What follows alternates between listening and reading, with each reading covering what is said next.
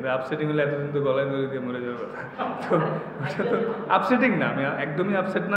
PSL এ আপনার ব্যাপারে মানে আপনার টিমমেট আপনার কোচ আভাস দিয়েছিল যে বলো না আসলে তো এটা কি আসলে আপসেটিং কি যে এত ভালো ছন্দে ছিলেন না আপসেটিং না, আমি তো আপসেটিং এর কি আছে।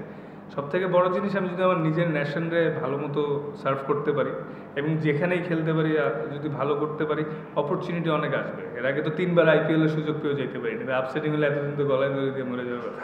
তো ওটা তো আপসেটিং না, আমি একদমই আপসেট না। আমার তকদিরে যেটা আছে, সামনে অনেক অপরচুনিটি আসবে ইনশাআল্লাহ। আইপিএল যেহেতু বললেন এবার আসলে একটা গুঞ্জন শুরু হচ্ছে, মানে এটা কি আপনি একটু ভেরিফাই করবেন যে আসলে কারোর সাথে কথা বলছে কিনা? না আসলে এটা আমি মানে অ্যাকচুয়ালি হয়তো কিছু মানে কেউ হয়তো যেহেতু ড্রাফটে পিক হয়নি, কারোর রিপ্লেসমেন্টে প্রয়োজন হলে নিতেও পারে, সেম অ্যাজ পিএসএল।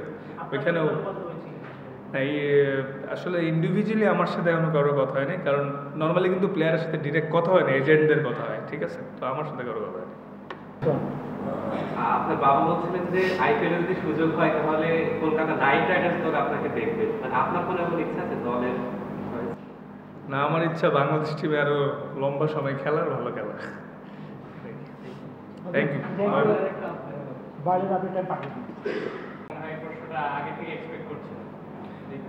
না আসলে দেখেন, এটা টোটালি ওনার অ্যান্ড ম্যানেজমেন্টদের কল।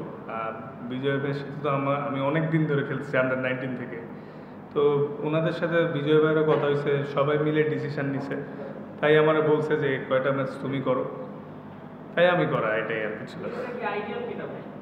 এটা তাদের ব্যক্তিগত বিষয়, এটা আমার দেখার বিষয় না আসলে।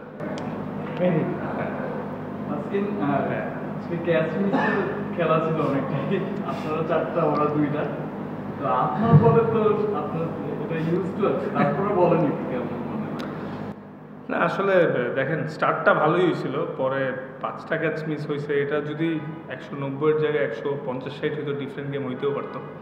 আসলে কি করার, ওভারঅলই একটা ব্যাড ডে গেছে, এটাই আসলে। আপনার বলে তো অনেক ক্যাচ মিস হয়, আপনি নিজেই জানেন। হ্যাঁ, লাস্ট ম্যাচে হয়েছে, এই ম্যাচে হয়েছে, হয়তো সামনেও হবে, কিন্তু কিছু করার নেই, প্রসেসে থাকতে হবে। এরপরও আল্লাহ যে কটা উইকেট দেয় সেইগুলো নিয়েই যাই। তবে ইম্পর্টেন্টটা হচ্ছে আমি আল্লাহ যাতে আমার সুস্থ রাখে এবং ভালো বোলিং করতে পারে কিনা, এটাই ইম্পর্টেন্ট।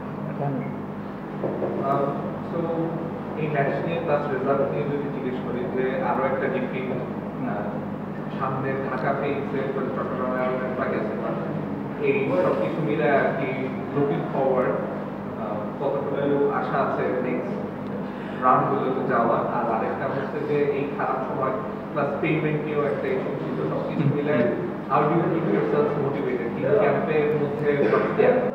না, টু বি অনেস্ট, একদম ডে 1 থেকেই কিন্তু ড্রাফটের পরেই মোটামুটি দেখা গেছে যে কম্পেয়ার করলে অন্যান্য টিমগুলোর তুলনায় আমাদের টিমটা একটু উইক।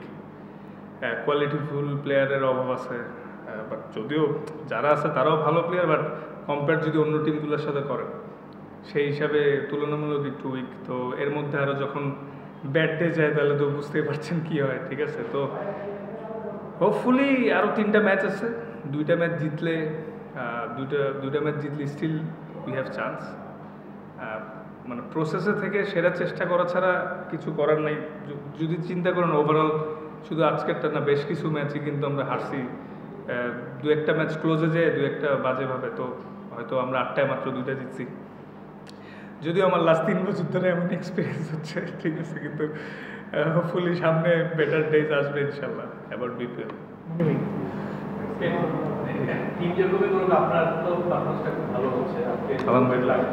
তো এইটা কিভাবে দেখেন, মানে বিশেষ করে যে উইকেটে এবার খেলা হচ্ছে সেখানে তো আসলে উইকেট বের করা বোলারদের জন্য খুব টাফ, একদমই ব্যাটসম্যানদের জন্য সুইটেবল কন্ডিশন। সেখানে আপনার বোলিংটাকে আপনি কিভাবে অ্যানালাইসিস করেন, আপনি কি টেকনিক ইউজ করে এক্সারসাইজ করেন? না আসলে রকেট সায়েন্স তো নাই ভাইয়া, আমি প্রত্যেকটা ম্যাচ থেকে বা সিচুয়েশনের ডিমান্ড অনুযায়ী এবং নিজের এক্সপিরিয়েন্স থেকে এক্সিকিউট করার ট্রাই করছি। এবং লাস্ট কিছু বছর ধরে একই প্রসেসে আছি যে কীভাবে নিজের ইমপ্রুভমেন্ট বাইর করা যায়, কীভাবে ওয়ার্ল্ড ক্লাস হয়ে আরও টপে থাকা যায়।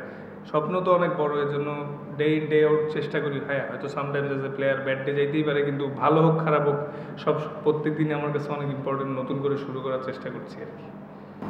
আজকে আপনি বলছিলেন যে আসলে ভালো প্লেয়ারদের সাথে খেলতে পারলে ভালো লাগতো, লোকাল যে প্লেয়ার রয়েছে সেখানে একটু দুর্বলতা রয়েছে, বাইরে বিদেশি যে ক্রিকেটার রয়েছে মিডফিল্ড কামসের কথা যদি বলি, তিনি অনেক বছর আসলে খেলেন টি20, সেই জায়গাটা একটু একটা আফসোস হচ্ছে যে না আরো ভালো হতে পারত।